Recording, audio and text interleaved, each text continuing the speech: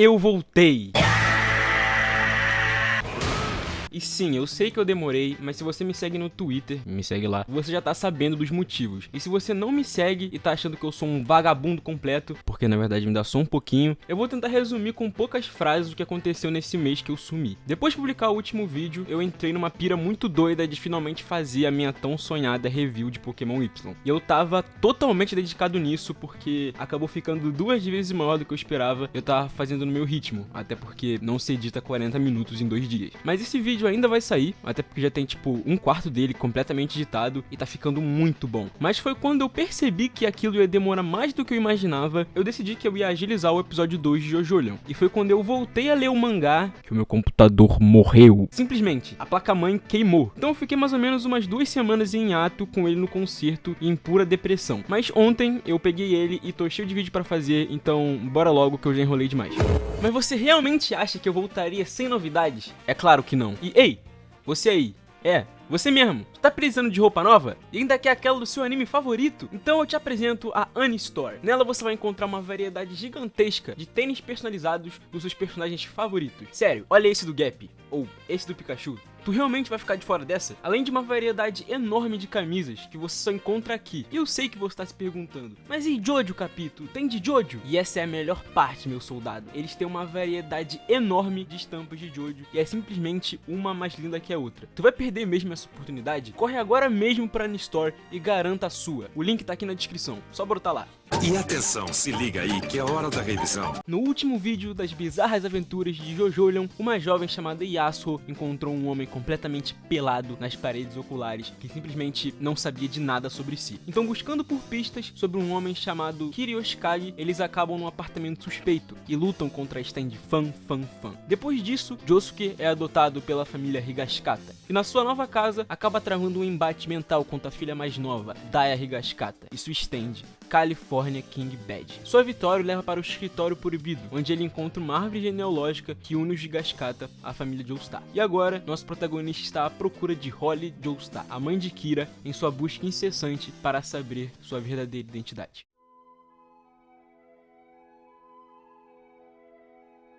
É apenas mais um dia normal na residência dos Higashikata. A Nijimura limpa a casa, um gatinho descansa e Josuke recolhe suas roupas. E como nessa casa só dá maluco, o Joshu arruma uma briga completamente aleatória com o Josuke, porque ele acabou achando um dinheiro na roupa dele que acabou se misturando com as roupas do Josuke. Então o Joshu literalmente puxa uma faca e o Norisuke vem pra apartar a briga, subornando o Joshu como ele sempre faz. E pela primeira vez é comentado sobre o Josuke frequentar uma escola, algo que pelo visto vai demorar muito pra acontecer ou nem deve acontecer. E todo mundo sai de casa e o Josuke usa essa oportunidade pra ganhar o dele também. E ele literalmente joga o pelo do gato que ele roubou na câmera de segurança pra poder fugir. Acho que a gente já começou o dia bem, né? Depois das descobertas do episódio anterior, que a Holly Joestar, a mãe do Kira, foi uma professora universitária em Morio, os dois saem na busca dela nesse mesmo hospital. Mas quando a Yasuo liga pro hospital perguntando sobre a Holly, a atendente diz que na verdade ela é uma paciente. Enquanto isso, do outro lado da linha, o Josuke tá tendo um tempo bem difícil tentando achar o caminho certo usando o GPS, porque ele simplesmente tá dando direções que não fazem sentido nenhum, literalmente mandando ele dar meia volta eternamente pelo quarteirão. Aí ele simplesmente perde a paciência e decide anotar o caminho em seu bloco de notas. E é quando ele abre o seu caderninho que surge um motoqueiro extremamente bolado atrás dele, que simplesmente passa voado, fazendo com que uma placa com uma lâmina extremamente afiada voasse em sua direção. O Josuke abre o celular de novo para poder checar o GPS e o motoqueiro aparece de novo atrás dele e simplesmente vai embora. Mas um vento tão forte bate que ele tropeça numa folha e cai de pescoço num pedaço de ferro muito pontiagudo. Ele cai, seu bloco de notas abre e o motoqueiro aparece. E o capítulo acaba.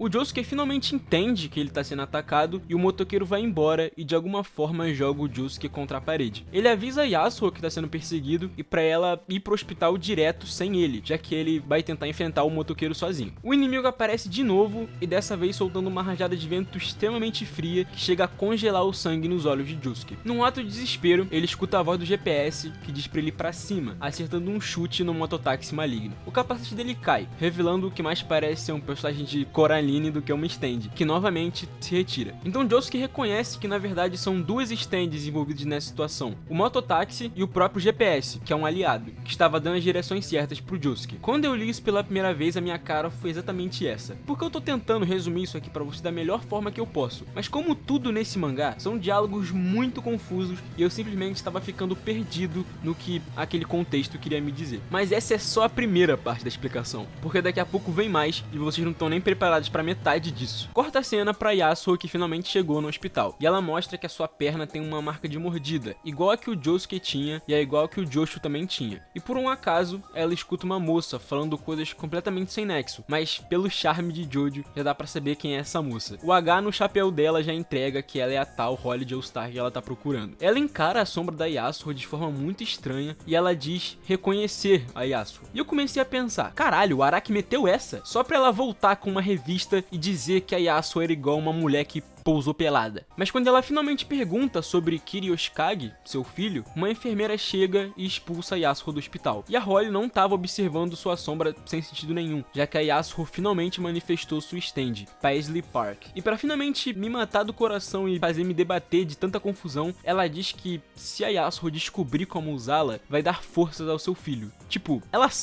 já sabe que o Josuke é o filho dela, tá ligado? Araki, eu quero respostas! O Josuke continua seguindo a direção do GPS na tentativa de escapar do perseguidor. Por algum motivo, o caminho passava pela casa das pessoas e do nada aparece uma velhinha comendo ramen. E eu sei que isso é completamente aleatório, mas quando eu vi a cena dele acenando pra velhinha e falando sensa, eu só consegui rir sem parar. Eu juro pra vocês, por algum motivo aleatório, eu simplesmente achei isso muito engraçado. Mas como as coisas nunca podem ser fofinhas assim pra sempre, ele vira a esquina e o motoqueiro tá lá, esperando por ele. Um vento absurdo manda Josuke voando pra longe e ele acaba entrando na casa da senhorinha e o mototáxi segue ele junto com tudo. Junto do motoca vem um monte de neve, então a habilidade da stand é mais esse vento gelado do que o motoqueiro em si. E isso é no mínimo curioso, mas acho que não é nada novo sob o sol. Ele fecha a porta e o inimigo some. E nesse momento, onde ele tá encurralado e pensando no que fazer para sair da situação, ele faz uma referência completamente aleatória a filmes de terror.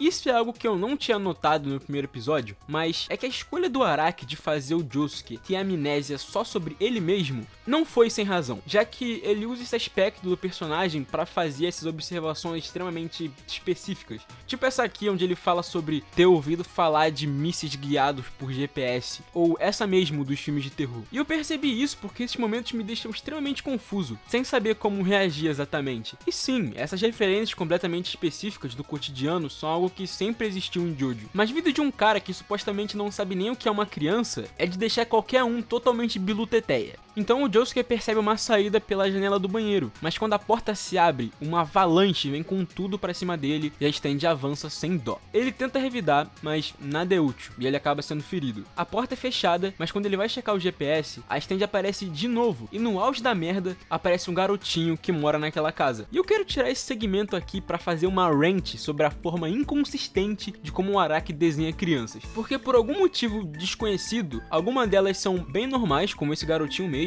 ou esse outro aí, ou esse também que tá passando na tela, mas do nada ele mete isso. Mano, isso não é nenhuma criança, isso aqui tá mais pra aqueles NPCs de Cyberpunk, que eram só adultos rebaixados, tá ligado? Outra coisa que eu não consigo entender é que isso também reflete nos animais, porque não é possível que depois de 30 anos desenhando mangá, ele simplesmente esqueceu como é que se desenha um cachorro. Sério, não faz sentido, todos os cachorros em JoJo são horrendos, e desculpa, mas isso não entra na minha cabeça. Mas é nesse momento que o menino abre a porta que ele finalmente entende o funcionamento da stand inimiga. Born This Way. Fechar a porta, abrir a porta, fechar o caderno, abrir o caderno. Tendo o Josuke como foco, toda vez que ele mesmo abre alguma coisa, o motoqueiro é invocado junto de uma corrente de ar extremamente gelada e potente. Eu simplesmente desmaiei com essa explicação. Eu amei esse poder mais do que eu deveria. É tão específico, mas ao mesmo tempo é tão criativo que eu não sei explicar exatamente porquê, mas eu gostei bastante. Fez toda a bagunça anterior da luta fazer sentido e é basicamente isso que o JoJo tem feito comigo. Me deixar extremamente confuso e delirando de curiosidade, mas quando a resolução vem, ela vem igual um soco do Star Platinum e eu fico extremamente hypado pra continuar lendo. É bizarro e sem piada, eu juro. O capítulo 15 começa com o Josuke no telhado, basicamente resumindo a luta até agora. Mas quando ele desce, percebe um conjunto de porta-retratos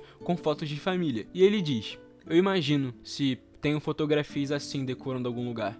Não, tenho certeza que não. Essa cena acabou comigo. Eu fiquei tipo uns 7 minutos lendo ela diversas vezes porque realmente é uma parada bem triste. Eu acho que é nesses pequenos momentos que o Josuke vai me ganhando. Ele tem pequenos traços de personalidade que eu gosto muito e eu tenho certeza que ele vai ter um arco de desenvolvimento absurdo no futuro. E assim ele sai. Nosso protagonista finalmente chega em seu destino, o hospital. E simplesmente acontece a maior sacanagem que eu já vi nesse mangá. Primeiro, que ele esqueceu da stand e quase abriu uma porta semiautomática. Aí fugindo da porta, ele sem querer encosta num táxi. E por algum motivo, o maluco do táxi abre a porta do carro e ativa a stand de novo. Mas o bom é que isso levou ao ápice da luta, porque a stand avança em direção ao Josuke, que tenta desesperadamente impedir de ser esmagado com o Soft Wet. Ele dá umas porradas no bicho da Coraline, esmagando o capacete e o derrubando da moto. Por algum motivo ele acha que é uma boa ideia segurar no pneu da moto, mas nem isso o impede de parar. Num ato de total desespero, ele consegue pegar o celular e ligar pro táxi, gritando pra ele fechar a porta, se livrando da stand, mas ele acaba voando muito longe do mesmo jeito. Usando uma de suas bolhas, ele consegue adquirir informações sobre a stand, e seguindo esses rastros, ele encontra uma mulher, e essa mulher é ninguém mais, ninguém menos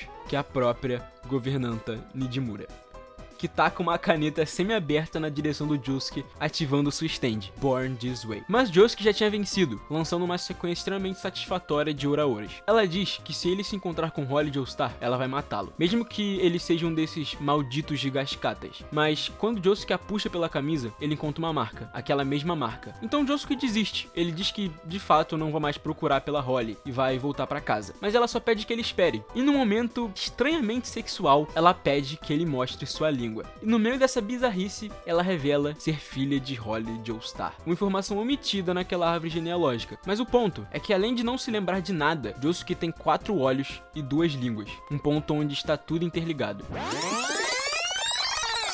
Voltamos alguns minutos antes no tempo, onde a Yasuo acaba de ser expulsa do hospital. Ela acaba vendo o Josuke encostada no táxi, mas a sua ferida faz ela agachar e o perder de vista. Nesse momento, ela diz uma informação que simplesmente vale ouro. Talvez eu tenha pegado uma infecção nas paredes oculares. Só essa frase já explica muita coisa. Explica por que o Josuke tinha uma e também por que o Joshu tinha uma. Mas ainda tem mais uma informação que só vem daqui a 5 capítulos que talvez explique tudo isso. Fica até o final do vídeo para você poder descobrir a razão de tudo isso. Uma enfermeira simplesmente sequestra a Yasuo, achando que ela era uma das pacientes da emergência, e a leva de volta para dentro do hospital. E a cara dos guardas é simplesmente impagável, cara. Mas depois de ser deixada numa sala, alguma força superior a leva para o quarto da senhora Holly. Provavelmente sua stand, que a guia de forma inconsciente e dá a direção certa aos seus aliados. Sim, o GPS que ajuda o Josuke a stand da Yasuo. E ela escuta, de rabo de orelha, a conversa de 2 médicos com a Holly. E eles perguntam para ela se ela nunca fez nenhuma cirurgia nas regiões dos ouvidos, boca ou rosto. O médico diz que literalmente tem partes dela que estão faltando, parte do cérebro, pulmões e até dos rins. Além de que parece ter sido feito por humanos, não uma doença, como tinha sido comentado antes.